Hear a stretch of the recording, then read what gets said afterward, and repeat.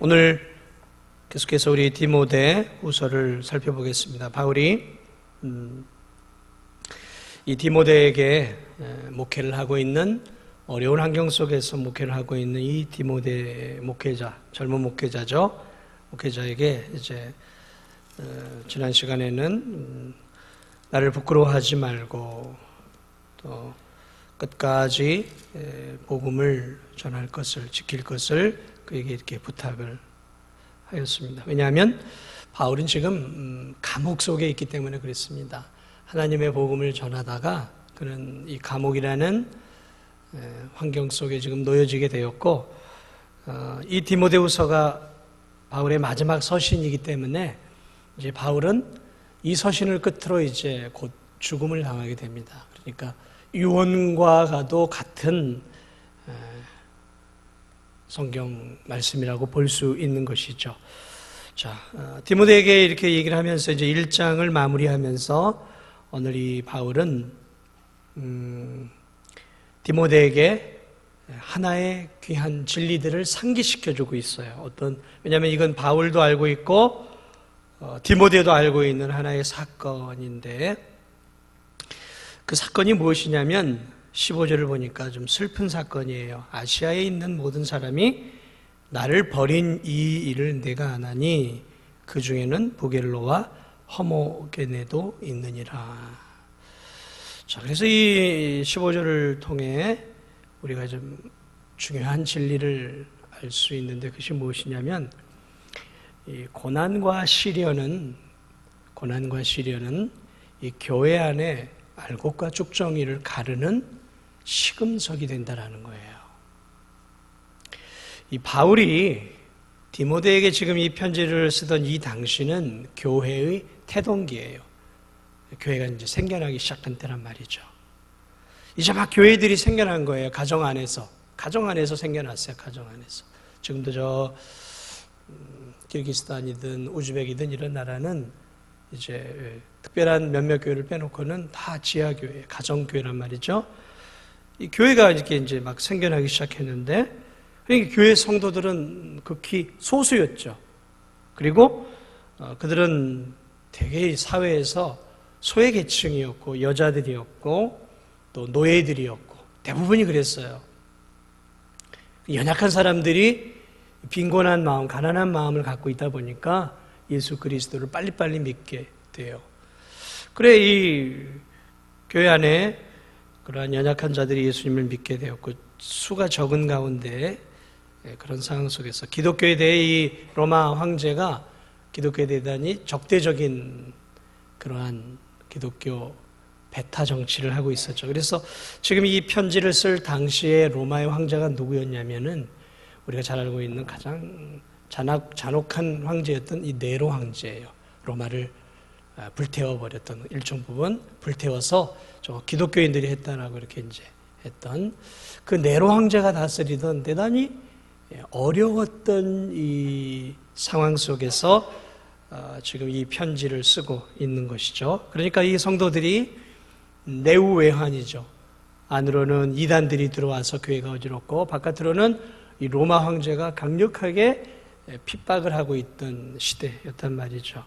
그래서 바울 또한 복음을 전하다가 지금 감옥에 들어갔고, 많은 교회와 성도들이 핍박을 당하던 그러한 시대였어요. 자, 오늘날 이 한국에서처럼 우리가 나는 그리스도인입니다, 나는 진도중앙교회 교인입니다 라고 이제 여러분이 이렇게 이 주변에 있는 사람들에게 말을 하죠. 그래서 여러분이 진도중앙교회 교인이라는 것은 대개 사람들이 알고 있어요.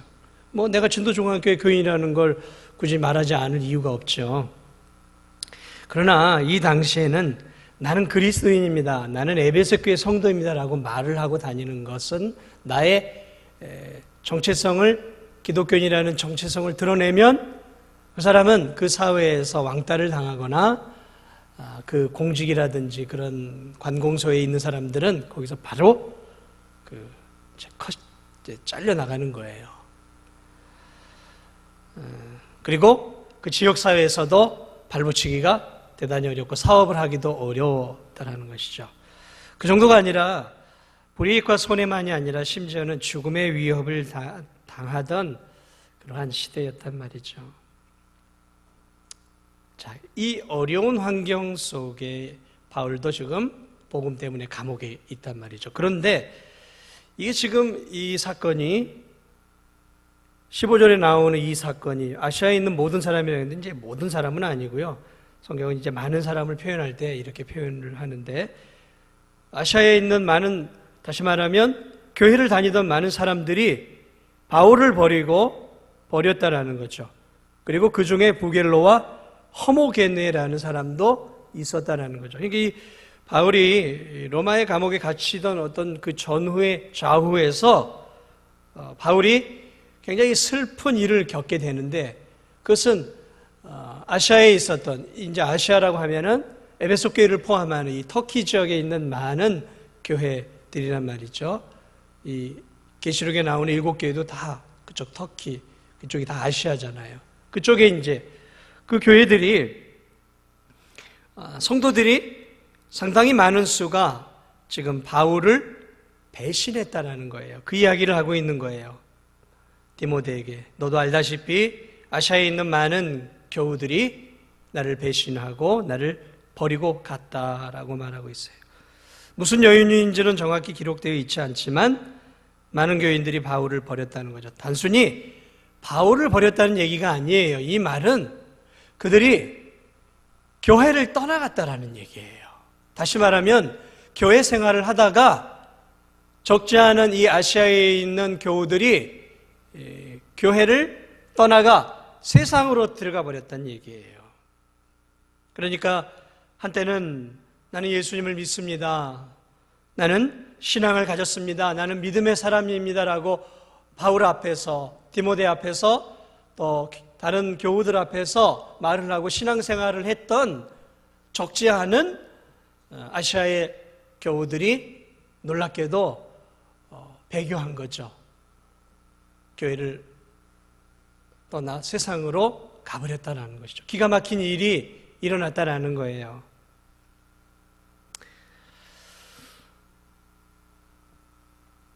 오늘 지금 이 바울이 뭔가를 그들에게 잘못한 것은 없어요. 그들에게 잘못한 것이 없어요.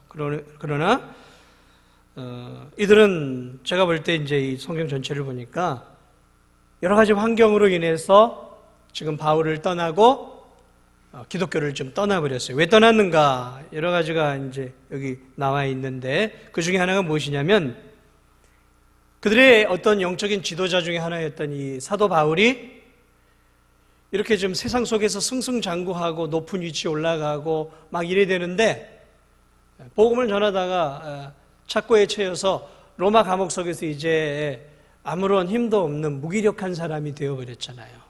그러니까 그들이 디모데도 그랬지만 이 사람들이 볼 때에도 이 착고에 채워져서 죽음을 앞두고 있는 이 죄수 바울을 바라보면서 그런 어떤 신앙의 혼돈이 왔던 것 같아요. 야, 저게 뭐야? 정말 하나님이 살아계시다면 어떻게 저런 일이 일어날 수 있어? 라는 이제 그 환경적인 것들만 바라보았던 것 같아요. 그리고 이 로마 황제가 계속해서 그리스도인들을 핍박하고 박해를 하니까 이게 이제 점점 이렇게 신앙생활 하는 게 어렵고 힘들잖아요. 먹고 사는 것도 힘들어지고 너무 핍박이 심하니까 이 네로 황제 때는 굉장히 핍박이 강했단 말이죠. 그러니까 황제들마다 약할 때도 있고 핍박이 약할 때도 있고 이게 이제 강할 때도 있었고 그랬는데 지금 이때는 굉장히 숨막힐 만큼 신앙생활하는 게 어려웠던 때예요. 그러니까 그러한 그 어려움 속에서 그들이 어떤 결단을 내렸냐면 내가 예수 믿어도 별로 유익될 게 없겠구나.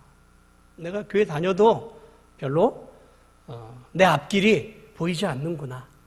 그런 이제 실리를 따지기 시작한 거죠. 이 사람들이 실리를 따지는 거예요. 뭐 교회 계속 다녀봐야 이 어려움을 당하고 잘못하면 저 바울처럼 감옥이나 들어가서 생사를 모르게 저렇게 죽어갈 수도 있는 것이고 직장에서도 어려움을 당하고 사업을 하는데도 어렵고, 야, 내가 교회를 다녀야 되겠는가? 가만히 이들이 이제 생각을 했겠죠. 그러다 보니까, 그래, 교회만 하나님이 있어. 교회만 신이 있어. 다른 데도 있겠지. 그러면서 그들이 자신의 실리들을 추구하면서 교회 생활하는 것을 포기하고, 쉽게 말하면, 오늘날로 말하면 교회를 떠나서 그냥 세상으로 가버린 거죠. 그런데 그 중에 바울이 지금 두 사람을 언급을 하고 있는데, 그 두 사람의 이름이 뭐냐면 부겔로와 허모게네도 있느니라. 자, 많은 사람이 갔는데 지금 이 두 사람을 지금 굳이 바울이 언급하는 이유가 뭘까요? 왜 많은 사람들이 있는데, 배교했는데 이 두 사람을 특별히 바울이 언급했을까요? 중요한 사람들이었으니까 그렇죠. 그저 평범한 신앙인들이 아니었다라는 거예요. 그러니까 상당한 지위에 있었고 상당한 어떤 영향력을 끼쳤던, 오늘날 말하면 뭐라 그럴까요? 교회 안에서 중직자들이라고 할 수 있을 거예요. 그러니까 이 두 사람은 적어도 그저 단순히 평범하게 교회를 다니는 사람들이 아니었다라는 거예요. 바울이 그 이름을 언급했다라는 것은 그들이 배교하기 전까지는 상당히 신실한 사람들이었고 주를 위해서 헌신했던 사람들이었고 많은 교인들의 본이 되었던 사람들이었고 한때는 그 열정과 열심이 바울만큼이나 뜨거웠던 사람들이었다는 거예요. 그런데 그 두 사람도 놀랍게도, 바울도 놀랍게 이들이 다른 아시아에 있는 교우들과 함께 배교의 길로 교회를 떠나고 세상으로 나가버렸다라는 것이죠.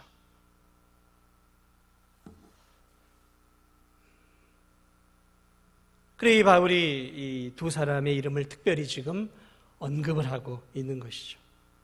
과거에는 정말로 충성스러운 하나님의 일꾼으로 활동했었는데 한때는 주를 위해 충성한다고 바울처럼 충성을 했었던 사람들이었는데 고난과 시련이 찾아오자 자기 살 길을 찾기 위해서 하나님을 지금 떠나버렸다라는 거예요.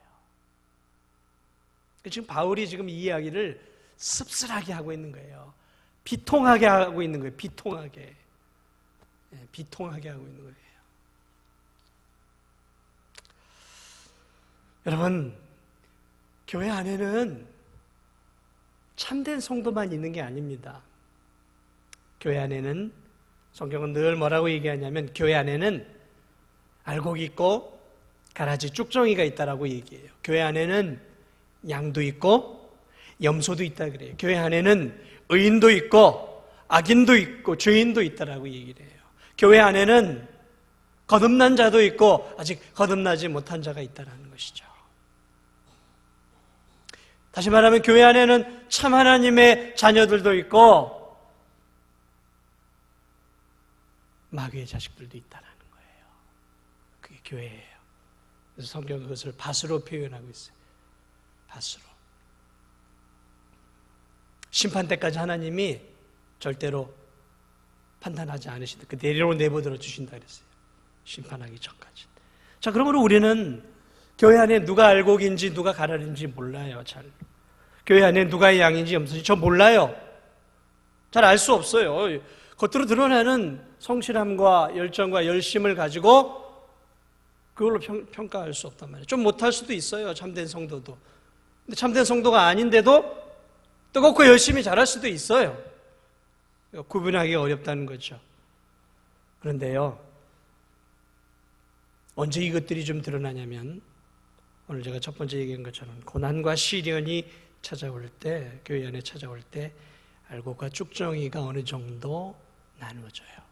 그때 비로소. 그래서 고난과 시련은 교회 안에 알곡과 쭉정이를 나누는 하나의 시금석이에요.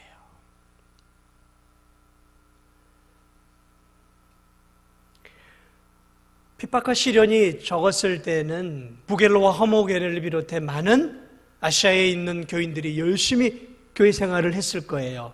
교회 나와서 자기들끼리 모여서 예배도 드리고 찬양도 하고 말씀도 듣고 헌금도 드리고 봉사도 하고 혹 전도도 했을지 모르겠어요. 그런데 핍박이 찾아왔어요. 시련이 찾아왔어요. 어려움이 찾아왔어요. 의심이 돼요. 도대체 하나님이 있는 거야? 하나님이 있는데 이런 어려움들이 우리에게 있는 거야? 아니, 저 위대한 하나님의 사람 바울, 하나님이 저렇게 귀하게 쓰시는데 하나님이 저렇게 감옥 속에 집어넣도록 가만히 계시는 거예요? 저렇게 죽어가도록 하나님이 내버려 둔다면 정말 기독교가 믿는 하나님, 내가 믿는 하나님은 존재하는 거야? 알고 의심과 불신들이 그 머릿속에서 막 싹트는 것이죠. 그러면 이런 어려움들이 계속 있다면 내가 이런 어려움들을 겪으면서 내가 신앙생활을 해야 돼? 이거 포기해버리면 편하게 살 수 있고 내가 먹고 싶은 거 먹고 놀고 싶은 거 놀고 즐기고 싶은 거 즐기면서 마음껏 살 수 있는데 내가 굳이 예수님을 믿음으로 이렇게 고난과 시련을 당하면서 어려움을 당하면서 내가 신앙생활을 해야 하나? 그러면서 그들의 마음속에 의심과 불신과 또 기독교를 믿었을 때 믿지 않았을 때 경제적인 이익과 실리를 잣대를 재봤겠죠. 계산을 해보니까 떠나가는 것이 내 육신의 삶에는 훨씬 유익이 되었던 거예요. 그래서 놀랍게도 교회 안에서 한때 열정적이고 열심을 가졌던 이 충성스러웠던 이 부겔로와 허모게네 같은 이 중직 같은 사람들도 떠나가고 많은 아시아인들이 이 시련과 핍박을 견디다 못해 예수 그리스도를 믿는 것을 포기해버리고 세상으로 가버린 거예요.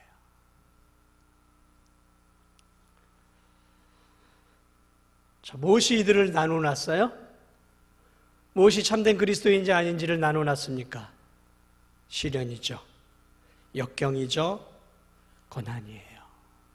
그러니까 우리에게 우리의 삶에 때때로 고난과 시련과 역경이 찾아올 때, 또 의심이 찾아올 때, 그것은 하나님이 우리의 믿음을 더욱더 참된 성도에게는 우리의 믿음을 더욱더 단단한 믿음으로 만드는 하나의 과정이고, 쭉정이는 드러내서 털어버리시기 위한 하나의 과정인 거예요. 그러니까 이 시련과 믿음이 찾아올 때 참된 성도는 그것을 믿음으로 이기고 의심 또는 불신 또 예수 그리스도를 믿는 것을 통해 어려움들을 다시 기도로 돌파하고 말씀으로 돌파하면서 뚫고 나가 그 어려운 고난을 통해서 내 믿음을 한 단계 더 성장시키는 그러한 계기로 삼지만, 그러나 이러한 시련과 어려움들이 죽정이와 같은 그리스도인들에게는 이제 털어서 세상으로 보내는 하나님의 또 하나의 과정이다라는 거예요.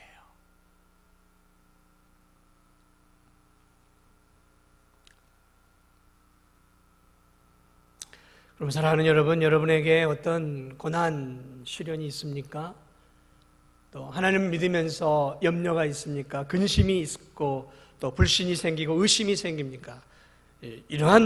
그러한 것들이 찾아올 때 참된 성도는 그것들을 대하는 반응이 다른 거예요. 반응이 다른 거예요. 그것을 극복해내고 이겨내려고 하는. 여러분은 삶 속에 그러한 그리스도인으로서 어려운 일들이 있을 때 그것들을 잘 그래서 이겨내야 하는 것이죠. 그럼 도대체 무슨 차이일까? 부겔로와 허모네게와 이 아시아에 있는 많은 그리스도인들은 도대체 어떤 신앙이었냔 말이죠. 뭐에 근거한 신앙이었냐는 거죠. 그들이 원래 예수님을 믿었는데, 잘 믿었는데 어려움이 와서 떨어져 나간 것이냐? 아니다라는 거예요. 그들은 뿌리가 없는 신앙인이었던 거예요. 그들은 예수 그리스도 되시는 반석 위에 그들의 신앙의 뿌리를 세웠던 사람들이 아니라 그들의 뿌리는 그리스도가 아니었어요. 그들의 뿌리는 그리스도인 것처럼 보였지만 실상은 자기 의와 자기 공로에 의지한 신앙이었고, 그들은 하나님을 위해 사는 삶이 아니라 교회를 통해 어떤 유익을 얻기 위해 교회 안에 들어왔던 거예요. 철로역정에 보면 그러한 사람들을 뭐라고 표현하냐면 사심을 가진 자라 그래요. 사심. 그러니까 교회 안에 들어오는 이유가 다양한 이유들이 있는 거예요. 어떤 그런 그리스도를 믿음으로 구원을 얻고 하나님의 영광을 위해 살기보다는 뭔가 이 교회를 믿고 교회를 다니고 많은 교인들과 이렇게 사귀면서 누리게 될 어떤 마음의 평강, 어떤 그런 어떤 물질적 또 손익계산을 해서 교회 안에 들어온 사람들이 있거든요. 자, 그런 사람들은 뿌리가 없기 때문에 그러한 고난과 시련이라는 폭풍이 다가오면은 그 거짓된 신앙의 집이 한순간에 날아가 버리는 거예요. 날아가 버리는 것이죠. 그래서 필리핀 같은 데는 집들을 거의 1년마다 짓는 가난한 사람들이 많아요. 왜냐하면 그런 데는 이제 허리케인이나 이런 것들이 지나가도 집을 뭘로 짓냐면 나무 판자떼기로 이렇게 지어가고 위에는 집으로 지어놨단 말이에요. 그러니까 이게 뿌리가 없어요. 반석, 이 바닥에 기초가 없어요. 그러니까 바람이 한번 크게 샥 지나가면 확 다 날아가 버리는 거예요. 그러면 다시 이제 또 나무를 가져야 되는 게 또 지어, 또 이제 간다. 그리고 또 날아가요, 1년 지나. 이게 이 가난한 사람의 일상의 반복이에요. 그리스도인도 마찬가지입니다. 고난과 시련이라는 허리케인 같은 그런 강력한 폭풍이 찾아와서 뿌리가 없는 신앙인들을 이렇게 탁 쳐서 교회 바깥으로 내보낸다는 것이죠. 어떻게 보면 하나님의 일종의 정화작용이기도 한 거예요. 그러나 참된 그리스도인은 어떻겠습니까? 뿌리가 깊이 박혀 있겠죠. 그 사람이 누구냐? 오늘 여기에 나오는 사람이 또 한 사람이 나와요. 18절, 16절을 볼까요? 그 반대에 또 한 사람이 나와요. 이 사람의 이름이 뭐냐면 오네시보로예요. 이 허모게네와 부게르로 이야기를 한 다음에 바울이 16절을 보면 이렇게 얘기합니다. 원하건대 주께서 오네시보로의 집에 긍휼을 베푸시옵소서. 갑자기 오네시보로 이야기를 하면서 뭐라고 해요? 그가 나를 자주 격려해주고 내가 사슬에 매인 것을 부끄러워하지 아니하고 로마에 있을 때 나를 부지런히 찾아와 만났습니다. 지금 바울은 또 한 사람의 이야기를 하고 있어요. 그 사람의 이름은 오네시보로라는 사람인데 이 사람이 누구냐면 우리 성경을 보니까 이 사람이 원래 에베소에 있을 때 이 사람이 에베소에서 이렇게 많이 봉사했던 사람인데 이 사람이 어떤 사람이었냐면 바울이 오늘 성경을 보니까 바울이 지금 로마 감옥에 갇혀서 이제 죽음의 위기 가운데 절망 가운데 이제 캄캄한 어둠 속에서 거하고 있을 때 아시아에 있는 많은 교인들과 허모게네 부겔로가 배교했을 그때 이 사람은 뭘 했냐면 17절을 보니까 로마에 있을 때 나를 부지런히 찾아와 만났습니다. 이 한글 성경은 지금 번역하기에 조금 어려운 부분이 있는데 이것을 좀 더 정확하게 말하면 그가 로마로 바울을 찾으러 간 거예요. 그래가지고 그가 로마로 와서 도대체 바울이 어디 감옥에 있는지를 두루두루 있는 힘을 다해 찾아다녔다라는 거예요. 그 로마를 찾아다니다가 마침내 바울이 어느 감옥에 갇혀 있는지를 확인하고 그리로 가서 이제 바울을 만나고 그리고 바울을 자주 거기서 만나 바울에게 도움을 주었다라는 것이죠. 자, 여기 이 놀라운 이 한 사람을 한번 보세요. 다른 성도들은 이 바울 때문에 좌절을 하고 환난과 핍박 때문에 살기 위해서, 먹고 살기 위해서 도망을 갔어요. 기독교를 포기했어요. 예수님을 포기했어요. 그런데 이 한 사람은 어땠냐면 지금 감옥에 갇힌 바울을 찾기 위해서 로마에 온 거예요. 에베소에서 로마까지 와가지고 도대체 로마 어느 감옥에 있는지를 지금 샅샅이 찾아다니다가 찾아냈다라는 거죠. 여러분, 이 바울은 당시의 요주의 인물이었어요. 바울은 기독교의 그런 어떤 상징과도 같은 인물이었단 말이에요. 이 당시에. 그리고 기독교에 대해서 배타적이었단 말이죠. 그러니까 지금 이 오네시보로가 바울을 찾아다니고 있다라는 것은 나 그리스도인이라고 사람들에게 알리고 다니는 현상과 비슷한 거죠. 지금 자신의 그리스도인임을 사람들은 버리기까지도 하고 포기하고 있는데 이 사람은 바보같이 지금 무슨 일을 하고 있냐면 나 그리스도인이다라는 것들을 드러내면서 지금 바울을 찾고 있는 거예요. 이 로마에서 지금 경계 대상 1호인 이 바울을 찾으려고 애를 쓰고 있단 말이죠. 자기를 숨겨야 할 그때 왜 찾았을까요? 왜 찾으려고 했을까요? 왜? 이 위대한 하나님의 사람이 감옥 속에서 얼마나 고생을 하고 있을까?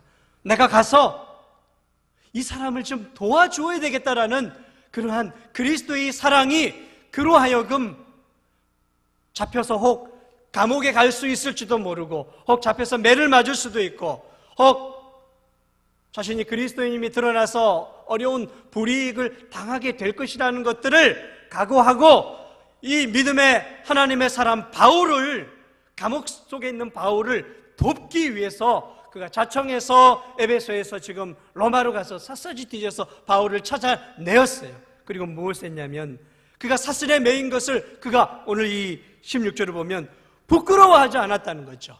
부끄러워하지 않았다는 거예요. 이 하나님의 위대한 하나님의 사람이 사슬에 매여 초라하게 수의를 입고 착고에 채여 감옥 속에 있는 그 바울을 부끄러워한 것이 아니라 도리어 그가 바울을 자랑하고 그리고 그 바울을 향해 자주 가면서 격려해 주었다라고 말하고 있어요. 이 격려해 주었다라는 말은 조금 더 쉬운 표현을 얘기하면은 원래 의미는 바울의 마음을 시원케 해줬다라고 얘기해요. 시원케 해줬다.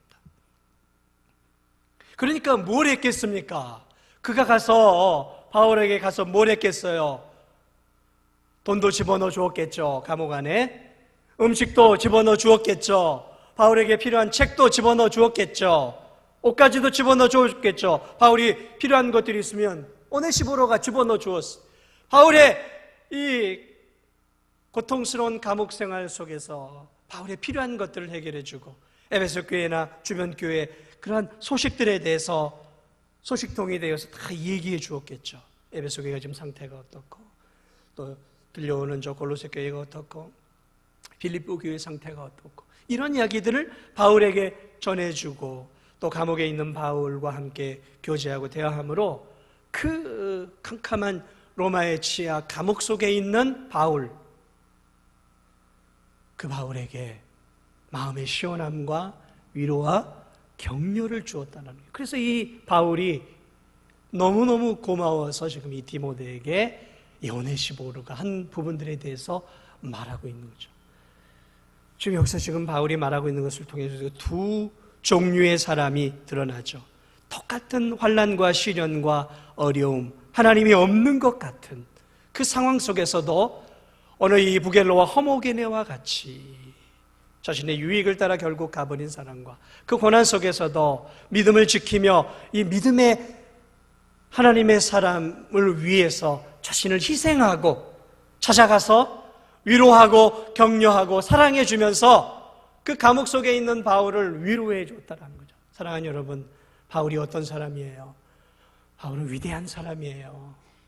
바울은 저 아브라함과 견줄 수 있는 사람이에요. 바울은 저 모세와 견줄 수 있는 사람이고 바울은 저 위대한 다윗왕과 견줄 수 있는 사람. 어떤 측면에서는 그들보다 더 깊고 넓은 하나님에 대한 지식을 갖고 있었던 사람이었어요. 그는 가는 곳마다 교회를 세웠고 가는 곳마다 많은 사람들에게 복음을 전하고 하나님 말씀으로 위로하고 격려하고 많은 사람을 세웠고 많은 교회를 세웠고 정말 놀라운 일들을 통해 했어요. 그런데 지금 그가 아무것도 하지 못하는 감옥 속에 있어요. 이젠 그가 위로를 받아야 할 때였어요. 그가 도움을 받아야 할 때였어요. 사랑하는 사람들이 배신을 해서 떠나가요.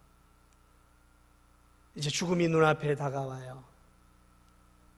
감옥은 춥죠. 뭐 제대로 잠을 잘 수 있겠습니까? 아무것도 그에게는 기쁨이 되는 게 없었어요.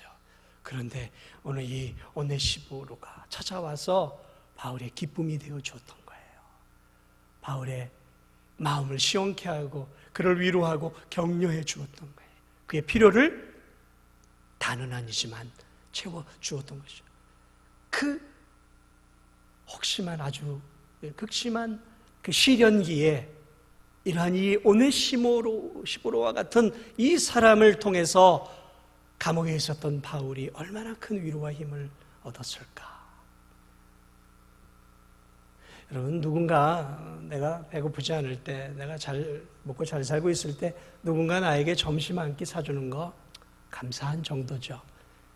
그런데 내 주머니에 정말 돈이 떨어져서 한 끼 한 끼 먹고 살기가 어려운 때 누군가 나에게 점심 한 끼를 기쁨으로 대접하고 누군가 나를 위해 쌀 한 마리라도 팔아주면 그건 다른 거예요.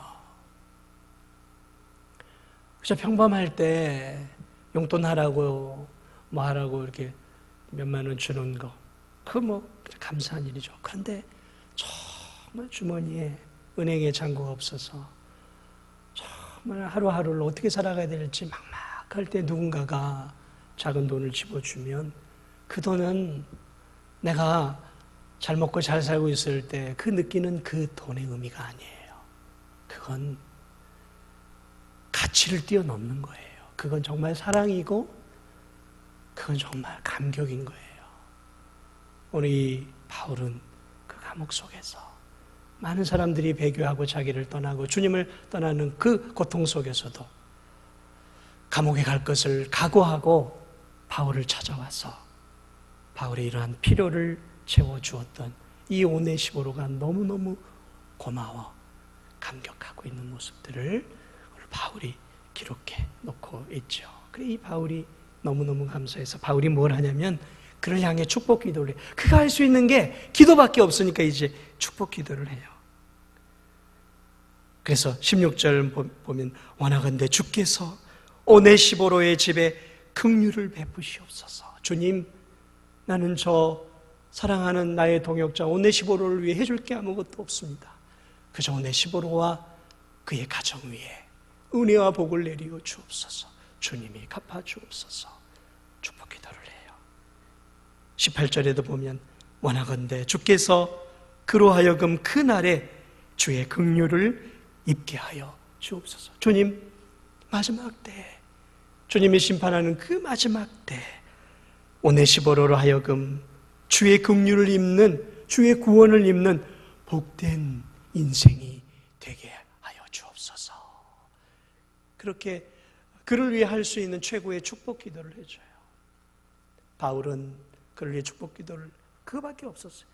오네시모로는 자기의 생명을 걸고 자기의 물질과 자기의 생명과 자기의 모든 것들을 들고 이 바울을 사랑으로 돕고 있었고, 바울은 그 감옥 속에서 자기가 할 수 있는 최고의 것은 하나님께 저 영혼을 위해 기도해 주는 것이 최고로 할 수 있는 일이다. 그 영혼을 위해 기도해 주고 있는 아름다운 동역의 모습을 우리가 이 본문을 통해 볼 수 있는 것이죠. 말씀을 마무리합니다. 시련과 환난, 이것은 두 가지 작용이 있어요. 아까도 말씀드렸지만 하나는 쭉정이와 같은 성도들을 하나님이 교회 밖으로 내보내는 정화작용이에요. 그러나 또 하나는 그런가 시련과 어려움들을 통해서 하나님은 신실한 신앙인들의 신앙을 한 단계 더 업그레이드 시키는, 더 주님을 깊이 만나고 또 주님께로 올 수 있는, 그래서 더 성숙한 믿음으로 하나님께서 연단하고 다듬어가는 귀한 과정이다라는 것이죠.